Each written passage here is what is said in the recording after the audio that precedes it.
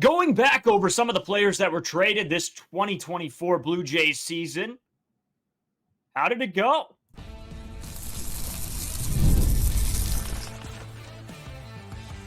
You are Locked On Blue Jays, your daily Toronto Blue Jays podcast.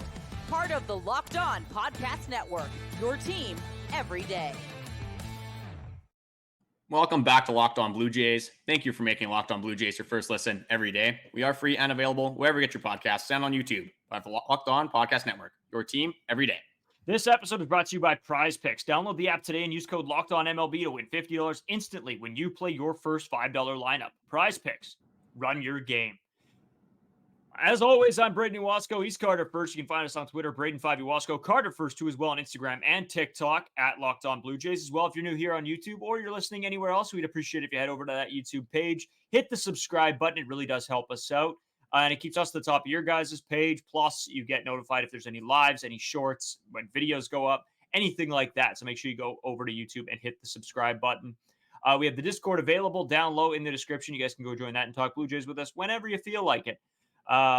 Lot to get into today. We're going to continue our season in review. We're starting with some of the players that have been traded at the deadline, what they brought back from the trades, and sort of what the future sort of holds.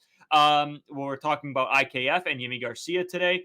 Then we'll get into our third segment, a new sort of thing that we brought up. It's sort of like a mailbag, but we called it Question of the Day, the Locked On Blue Jays Question of the Day. We'll get into it. Sort of a fun one today. So stick around for that third segment to hear what that is. Carter, I guess, my man. Let's start with IKF. What a sort of a strange start to the year for IKF. I think there was a lot of people, including me and you, that maybe weren't overly high on the IKF deal. And I think it came back and turned out to be a really well done pickup by Ross Atkins, surprisingly. Yeah, IKF was one of those guys amongst this podcast anyway that I think both of us were just wrong about. Like flat out, I'll just say it, hand up, we were wrong. We got this one completely wrong, at least from the Blue Jays aspect, because once he went to the Pirates, there's a little bit more of an argument there. But with the Toronto Blue Jays, IKF was one of the most electric hitters on the Jays. Again, when you talk about that in the offseason, you're like, hey, if IKF's going to be a top 3 hitter on your team, you're either thinking things went horribly wrong, or this team is just maybe it's just the greatest team of all time. IKF maybe is, just has superpowers, and then maybe the rest of the guys are doing the same thing. But no, we got the latter, went horribly wrong. Not a lot of good aspects from the Toronto Blue Jays season, but with IKF, yeah, the 7.5 two-year contract, so $15 million in total. I didn't love it, and the reason we didn't love it is because there was just a lot of traffic in this infield. There's a lot of people that can play third base, a lot of players that play shortstop, second base, you name it. We wanted to more so give these younger guys a shot at more playing time rather than IKF with his career averages. We just didn't see a lot of upside there, but he kind of blew us away a little bit. He performed way better than we ever could have imagined. Yeah, man. And you know what? I just want to get into the stats because it is sort of crazy. Something that we didn't necessarily expect, like you talked about. With the Toronto Blue Jays, he played 83 games. He had 75 hits, 8 doubles, 2 triples, 7 home runs, 33 RBIs, batting average of 292, an on-base percentage of 338, a slugging of 420, and an OPS of 758. And that's just talking about the Toronto Blue Jays. Then we get into his statistics with Pittsburgh. 50 games played, 50 hits, 10 doubles, 2 triples, 1 home run, 10 RBI, batting average of 240, on-base percentage of 265, and a slugging of 322. So, and an OPS of 587. So the numbers dropped off for sure when he went over to Pittsburgh, Carter. But for his season with the Toronto Blue Jays, he was a great piece for this lineup. And when it came to the offense, he was a guy that was getting on base a ton and drove in some runs. And that's what you needed from IKF. I mean, that maybe not what you expected, but in a season that didn't go your way, it's definitely something that was needed. With how bad that offense was throughout the first half of the season, we really needed IKF just to have some faith in watching Toronto Blue Jays games. And part of the success from IKF came due to a swing change, a little bit of a technique change in the middle of the season. Again, we talk about swing changes. You don't want to make this complete overhaul of a change. It's usually little tweaks, like we talked about the Pete Rose segment. Usually it's just moving around the box. IKF decided to switch from a big leg kick into a toe tap just to get his swing a little bit quicker, get through the ball quicker. And it looked like it worked very well because he was pulling a lot of balls, pulling a lot of home runs, pulling doubles. Was a little bit early on some of these pitches, but I mean, if you're getting results, I don't care if you're doing the Danny Jansen classic of pulling every single baseball, or if you're going more of the Bo Bichette style and you're going oppo. As long as you get the result, you get on base, I'm not really going to complain too much. And the craziest thing about IKF with the Toronto Blue Jays, like you kind of went into it with the Pirates, he went even below his career averages, I would say. We'll just back it up with the stats here. So IKF hit over his career. He's hit 262. He hit 240 with the Pirates. Just wasn't nearly as good. You went over some of those stats as well. But with the Toronto Blue Jays, obviously 83 games. One stat that was absolutely insane is that this guy had a 3.2 WAR with the Toronto Blue Jays. And that was in 83 games. His season high for WAR is 3.6. He had 3.2 half the season with the Toronto Blue Jays. He ended the year with 3.6. He had 0.4 WAR with the Pittsburgh Pirates. So unfortunately for the Pittsburgh Pirates, that's just a guy that you didn't want to buy at his highest value, as we talked about at the trade deadline. It made perfect sense to sell IKF at his current position, current weight that he had for the trade value, because IKF was not going to hit 290. He had 7 home runs in those 83 games. His career high in the season home runs is 8. There's just a lot of things it just did not make sense for IKF. He was not putting up IKF numbers. So Ross Atkins decides to sell high on IKF, and he kind of goes back to what IKF regularly is with the Pittsburgh Pirates. And what do the Toronto Blue Jays get out of it? A very good prospect that has made his way up the rankings very quickly. Yeah, and honestly, a deal that doesn't make a ton of sense in my mind. I don't know what the Pirates were doing, what the thought process was. It really didn't make a whole lot of sense. I think me and you could have even saw that IKF was going to regress eventually. So what Everyone the Pirates, yeah, and what the Pirates were thinking here really doesn't make one lick of sense to me at all. I was sort of blown away, happy with the deal. I think McAdoo is a great piece to have in the pipeline. But for the Pirates, I'm really confused on the. I would love to sit with somebody and just discuss why in the world this trade happened in the first place. Again, Charles McAdoo, he hasn't played in the major leagues. He has time in single A, high A, and then double A. I'll quickly go over Charles McAdoo's stats. So yeah, over 2 leagues, hit 279, a 364 OBP, a slugging of 479 for an OPS of 843. A little bit of a weird swing, definitely not your traditional swing. It's not going to pass the eye test necessarily. Isn't the prettiest swing out there, but again, I don't care about flashiness. I don't care about the looks. I care about the results. Charles McAdoo is launching baseballs, and I think he is number 6 on the Toronto Blue Jays top prospect list right now. Before, I believe they slotted him at around 17. He's already up to 6 from the trade deadline, so that's absolutely insane as well. Just more going, again, back to the WAR stuff with IKF. The 3.2 with the Jays would have been 3rd on the Toronto Blue Jays for the entire season. Not just for that half of the season, the entire season. Only Ernie Clement and Vladimir Guerrero Jr. being higher than IKF. Just a little bit of a masterclass. The IKF on the Pittsburgh Pirates, I think, is what me and you kind of envisioned. Maybe not as bad necessarily, but sort of like his career averages, maybe a little bit under is what I was expecting for Toronto Blue Jays IKF. Definitely didn't do that. Outperformed everything. And when you look at IKF, I think this is one of the bright spots of the season. And we just got to, at this point, thank IKF for his short service for the Toronto Blue Jays and making our team better for the future. Yeah, and again, he did the job that he was brought into. And I think in surprise to every Blue Jays fan out there, I don't know if anybody was super thrilled with the move to IKF, especially, with some fans that love Matt Chapman and watching him walk, and then them bringing in his replacement as IKF is probably not the best look of all time. But IKF really came in and did what the team needed. The problem still is that you wanted to slot in some of those young guys. And so IKF really had to be moved, especially with the season that Ernie Clement was putting up as well. I just think he didn't really serve a long-term purpose. And so, like you said, Carter, when a guy is playing at his best, that is when, if anything, if you're going to sell him anyway, it's probably the right time to do it.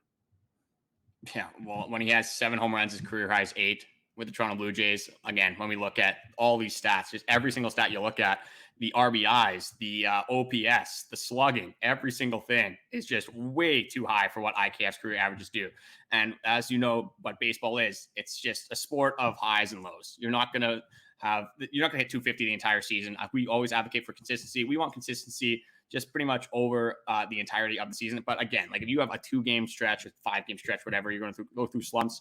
it's going to happen. It's baseball. The thing with consistency is we don't want it to be you hit 350 and then you hit 200. We just want it to be, maybe you hit 275 when you're at your best and you hit 240 when you're at your worst.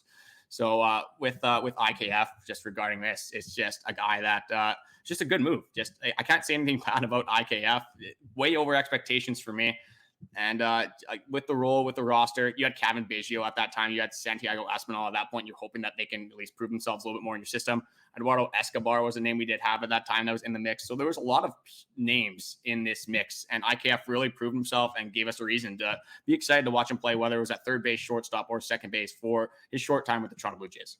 Yeah, and I guess, Carter, the last thing to do with IKF, because we don't have anything necessarily bad to say about him, is, we usually do on these previews is what's the grade that you give him for the year and what's the grade you give him with his Blue Jays tenure. Well, I think we only need one grade here, Carter, since it was only the 1 year. But I guess where do you slot IKF in? What's his end of the season grade when he played with the Toronto Blue Jays? I think it's right in front of our face. What more could you ask for from IKF? He did not exactly what he was even expecting. He did way above and beyond what I was expecting. It's an A+. You get Charles McAdoo, who looks like one of the better prospects in our system. IKF, you see what he did with the Pirates. You see that there's regular IKF. We would have been kicking ourselves if Ross Atkins did not trade IKF at this trade deadline. One of the only good moves Ross Atkins made of the season. I guess the trade deadline, you could say as a totality as a whole, but I don't like giving Ross Atkins his flowers. I guess I will on this one. A+ for the IKF transaction, the signing. Everything to do with IKF was a success. Yeah, Ross Atkins, of the flack that we give him, knocked this one out of the park. This is exactly what you want to do with some of these guys. If you're not a competing team, you want to sign a guy that you can trade at the deadline to give you more pieces to build. And that's exactly what happened. I don't necessarily believe that was the intent of the signing, but it was the best case scenario for where the team was at. So I'm with you. Just IKF as a whole has to be an A+. It was above and beyond expectations going into the year with him, and the transactions as well. Getting McAdoo out of this transaction was fantastic, and then seeing IKF regress back to what IKF is was icing on the cake, I think. So at the end of the day, it is what it is. IKF's gone. I'm not really batting an eye at it. We got what we needed out of him, and I'm just thankful for his Blue Jays tenure. You just got to appreciate what it was for the short amount of time. And you said expectation. Nobody thought IKF would have a 758 OPS. Nobody thought IKF was going to hit on pace anyway for 15 home runs in his Toronto Blue Jays career. Nobody thought he'd have the lowest K rate of his career. Nobody thought he'd have the highest slugging of his career. Again, when you look at the IKF stats, pretty much everything was the highest of his career offensively. Then that's a great thing to have for your baseball team. But Ross Atkins, again, you take that step back, take it a little bit away from Ross Atkins. He's not expecting IKF to hit 292. No. He's not expecting IKF to be an above average league hitter. He's expecting to provide Gold Glove defense and be a rotational guy, serviceable guy, maybe a veteran presence to help some of these younger guys fill their role and find themselves in the MLB. And that's exactly what it did, right? He did that plus, and I think that is a big component, right? I think one of the good things is that Ernie Clement got to see IKF be that super utility man playing shortstop, second base, third base. And I think Ernie Clement probably took some stuff away from that, showing that, he is a Gold Glove nominee. So obviously every piece that Ross Atkins thought IKF would be was true and some. So again, I don't also, I'm not praising Ross Atkins for anything because this season was a dumpster fire. But in this specific case, it was a good move. In saying that, Carter, we got a lot more to get into. We want to talk about Yimi Garcia, and we got to get to the question today because I feel like we usually slot like that third segment for like 5-7 minutes. And this is a fun question, and I really can't wait to get into it. So who knows? We're probably going to go long as we usually do. Anyways, we'll take a quick break. We'll be right back. Talk about Yimi Garcia, season in review.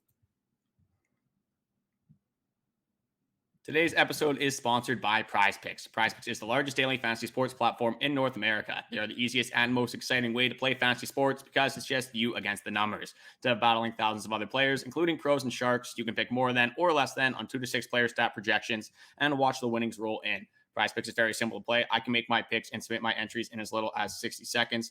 With Prize Picks, if you're a big fantasy guy like I am, it's the perfect opportunity to get involved with fantasy. You can even go with yards, receiving yards, again, goals, assists, penalty minutes. You could go plus minus. If you want to go baseball wise, you can go hits, total bases, you can go strikeouts. There's so many different things that you can pick on Prize Picks. And then you could obviously do the fantasy points as well, which I love doing. If you're big into fantasy and you think a guy has a very good matchup, why not place bet on Prize Picks, make your pick, and then you can win some money off of your knowledge. You know which player is going to perform on specific nights. This is a no-brainer. Download Prize Picks and start making your entries today. You can download the app today and use code LOCKEDONMLB for a first deposit matchup to $100. It's code LOCKEDONMLB for a first deposit matchup to $100. Prize Picks. Run your game. So, Carter, getting into segment 2, talking about Yimi Garcia, signed as a free agent with the Toronto Blue Jays December 1st of 2021, and then was traded by the Toronto Blue Jays July 26, 2024 to the Seattle Mariners for Jacob Sharp and Jonathan Clase. Carter, I guess let's just start. How did you feel about, I know me and you were very high on Yimi Garcia. We loved, almost threw my phone a little too far there. We loved what Yimi Garcia brought to the Toronto Blue Jays in his tenure, but I think we also knew that he was going to be one of the guys on the chopping block ready to be traded away at the deadline, because he's one of the only few that actually brought consistently good baseball all season long, Carter. And this Yimi Garcia experience, it's funny looking back, because you look at 2023, this whole bullpen was unbelievable, and Yimi Garcia was the one that kind of struggled, got demoted a little bit, wasn't pitching in as high a leverage, had an over 4 ERA, wasn't necessarily the Yimi Garcia that you expected or wanted on your baseball team, but it was kind of okay. It was okay because you got Eric Swanson, you had other guys, you had Chad Green, Jordan Romano was obviously playing, you had guys that could fill in for this role. Wasn't the Tim Meza, I should almost forgot him, who was just ridiculous that year. But then, yeah, so you didn't really need Yimi Garcia to be the guy he was. Obviously, you wanted him to be effective, but he didn't have to pitch in high leverage because you had other options. This season, Yimi Garcia, the first 2 months of the season, just was one of the greatest pitchers to ever do it. I think he gave up like 2 hits through his first 15 innings or something ridiculous like that. He had a .91 ERA throughout the first month and a half, and then he had one blow-up start. I believe it was against the Detroit Tigers, where he gave up multiple home runs. And ever since then, again, it didn't fall off, because he still was a very good reliever, but he kind of came back down to earth, came out of that insanity run. But overall, Yimi Garcia, what a year from this guy. Just for the bullpen, from where it was, if you don't have Yimi Garcia, it was one of the worst bullpens I've ever seen. It's just, you didn't think it could get worse. It would have got worse without Yimi Garcia. Yeah, and I got to get into Yimi's stats because some of them are mind-blowing a little bit here. So Yimi Garcia actually, just in his Toronto Blue Jays tenure, won 3 games based off of what he did. He got the win as the pitcher, which is great to see. An ERA of 2.7, really good out of the pen. He played in 29 games with 30 innings pitched, 5 saves, only gave up 16 hits, 9 earned runs. He only gave up 3 home runs, 8 walks. And then the stat that always sort of blows me away here, Carter, has to be the whip. He had a whip of 800, I guess, if you want to take it like that. But unbelievable whip from Yimi Garcia, an absolutely electric Toronto Blue Jays season. But then again, another maybe great trade, because I hate to say it, he fell off the face of the planet after being traded. He ended up posting a 6 ERA in 10 games with 9 innings pitched. He gave up 7 hits, 6 runs, only had 7 strikeouts, giving up 4 walks, and a whip of 1.222. So Yimi Garcia, I mean, just a drastic change. And maybe this all comes, right? Relievers. It depends on the situation. It depends who you're facing. It depends on comfortability. There's so much that goes into it. And obviously, Yimi Garcia found his stride with the Toronto Blue Jays, then was traded, and it sort of seemed like he threw it away in the back half of the year. I got the perfect spin zone. This is exactly what it was with Yimi Garcia. It's the Pete Walker difference. You lose Pete Walker, you go to the Seattle Mariners. They don't have as good of a pitching coach. Yimi Garcia kind of struggles off the rip, and he doesn't have the guy to kind of calm him down, bring him back into the world where he's a very good pitcher. Doesn't have that guy that knows him inside out, that has a history of fixing pitchers. So that's the difference. It's the Pete Walker difference. I'm giving this one to Pete Walker. It's not Yimi Garcia's fault whatsoever. It's just an injustice by the Seattle Mariners and their incompetent pitching staff. I'm not going to say, I'm obviously joking about the incompetent part. Seattle Mariners pitching staff, if you know anything about their starting rotation, one of the best in baseball, probably the best in baseball. Their pitch, Seattle Mariners pitching, unbelievable. Again, they kind of got lucky in a sense because they wanted Yimi Garcia as a bullpen bolster, but they already had a very good bullpen.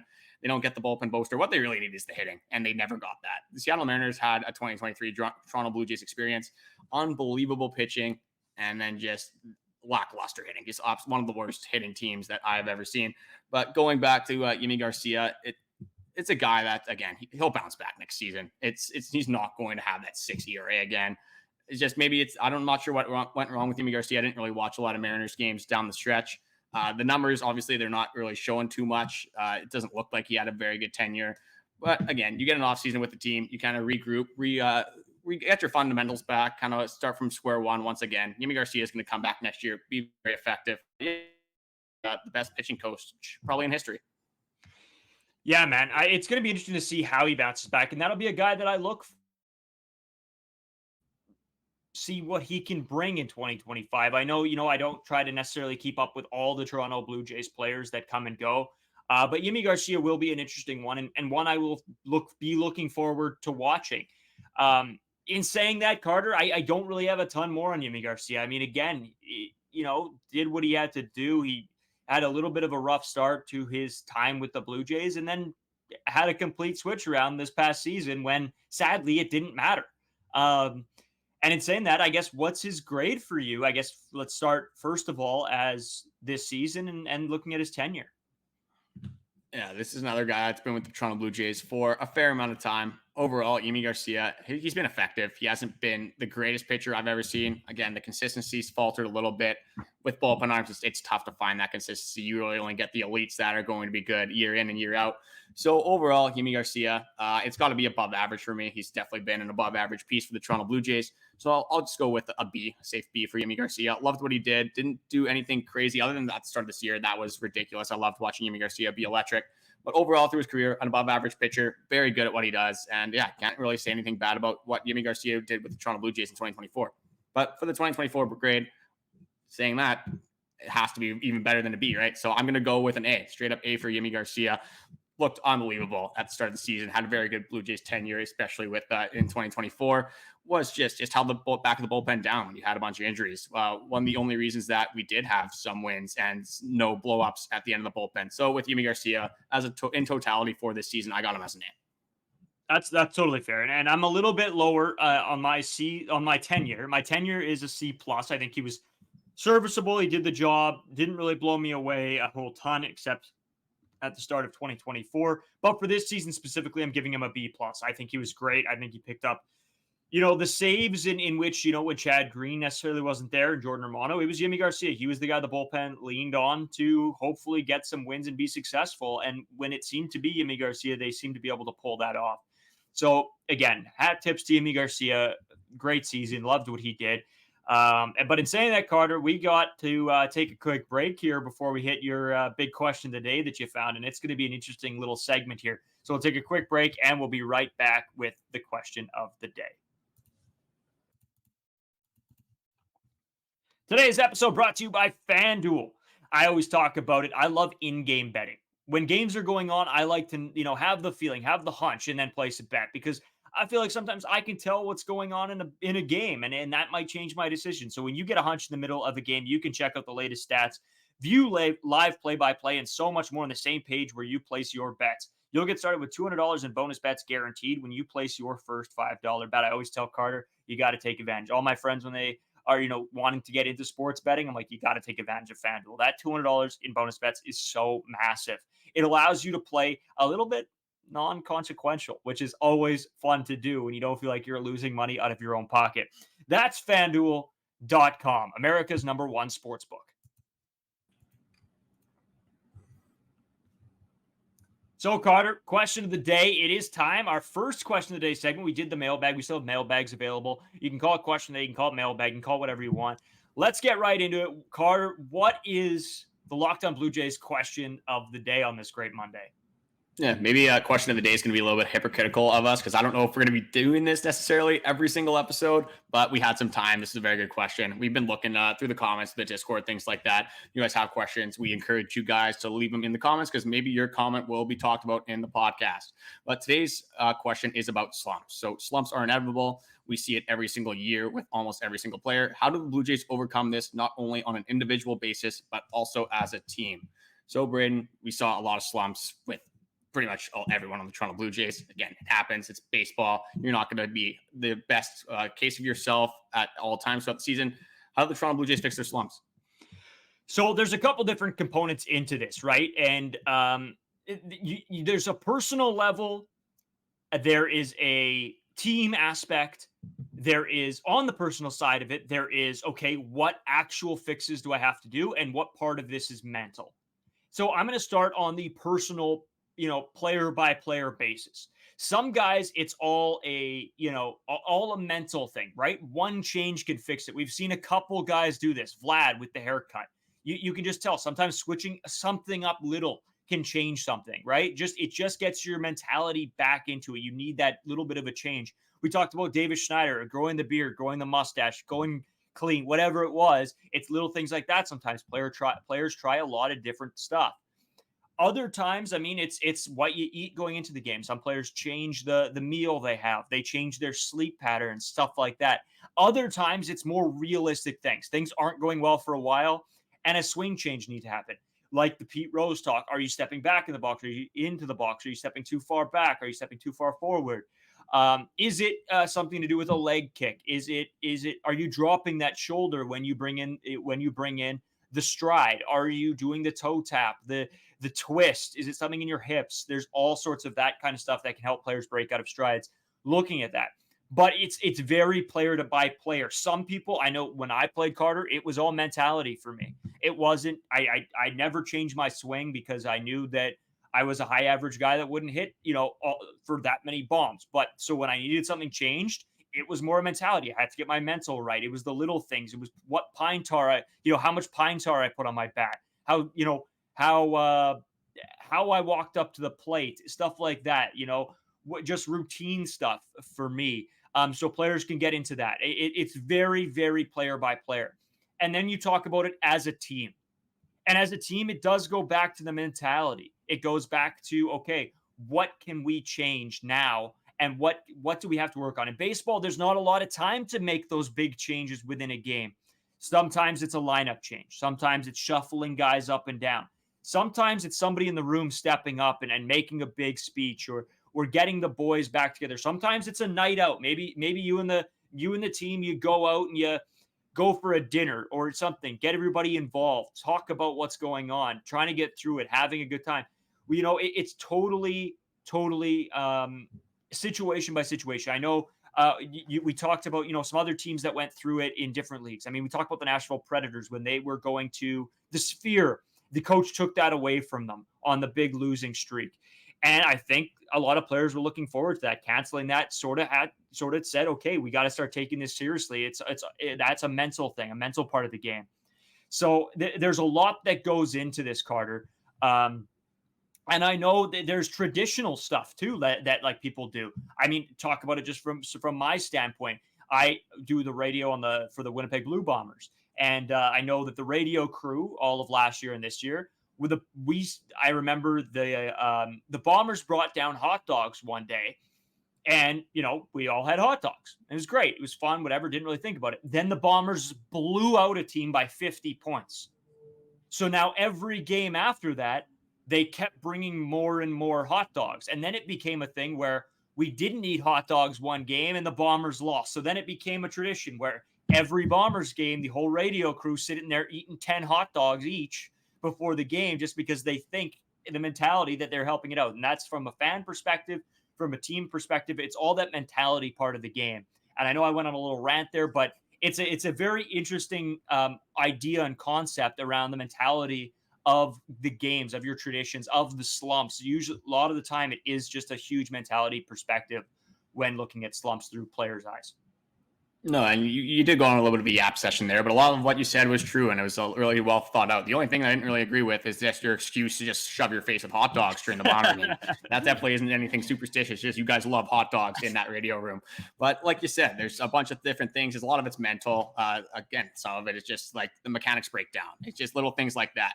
Pete Rose said it. You don't want to make a massive swing change because that swing got you to the big leagues. Why would you completely overhaul your swing when that is the main reason why you're even here? So it's little tweaks. We talk about the Toronto Blue Jays. The home run jacket was introduced this year. They didn't have the home run jacket at the start of the season. Tried to get the home run jacket back in to ignite some things. Worked for 3 games. Didn't really work, obviously. You look throughout the league. The Minnesota Twins, they get that sausage.